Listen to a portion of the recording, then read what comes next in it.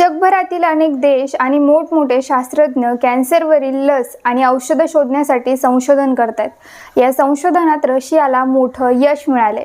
Russian federal medical of biological एजन्सीने कॅन्सरवरील लस तयार केली असल्याचा दावा केलाय।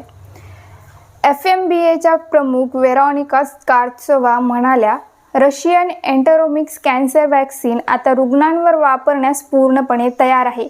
या mRNA बेस्ड वॅक्सीनने सर्व प्रीक्लिनिकल चाचण्या यशस्वीपणे पार केल्या आहेत। ही पूर्णपणे सुरक्षित व प्रभावी लस आहे। गेल्या अनेक वर्षांपासून रशियात कॅन्सरवरील लसी तयार करण्यासाठी संशोधन सुरू होते। 3 वर्षांपूर्वी एंटेरोमिक्स ही लस शोधली, त्यानंतर ही आव्हानं संपली नाहीत। या 3 वर्षांमध्ये अनेक प्रीक्लिनिकल चाचण्या घेण्यात आल्या, ज्यामध्ये ही लस पूर्णपणे प्रभावी असल्याचं सिद्ध झालं असून आता ही लस रुग्णांवर वापरण्यासाठी पूर्णपणे तयार आहे।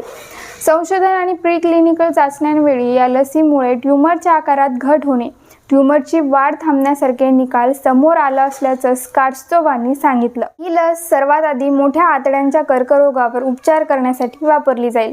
तसेच या लसीचा दुसरा प्रकार देखील विकसित केला जातोय, जो गिओब्लास्टोमा म्हणजेच मेंदूचा कर्करोग आणि विशिष्ट प्रकारचे मेलेनोमा त्वचेच्या कर्करोगावर प्रभावी ठरेल, अशी माहिती स्पुतनिकने दिली आहे।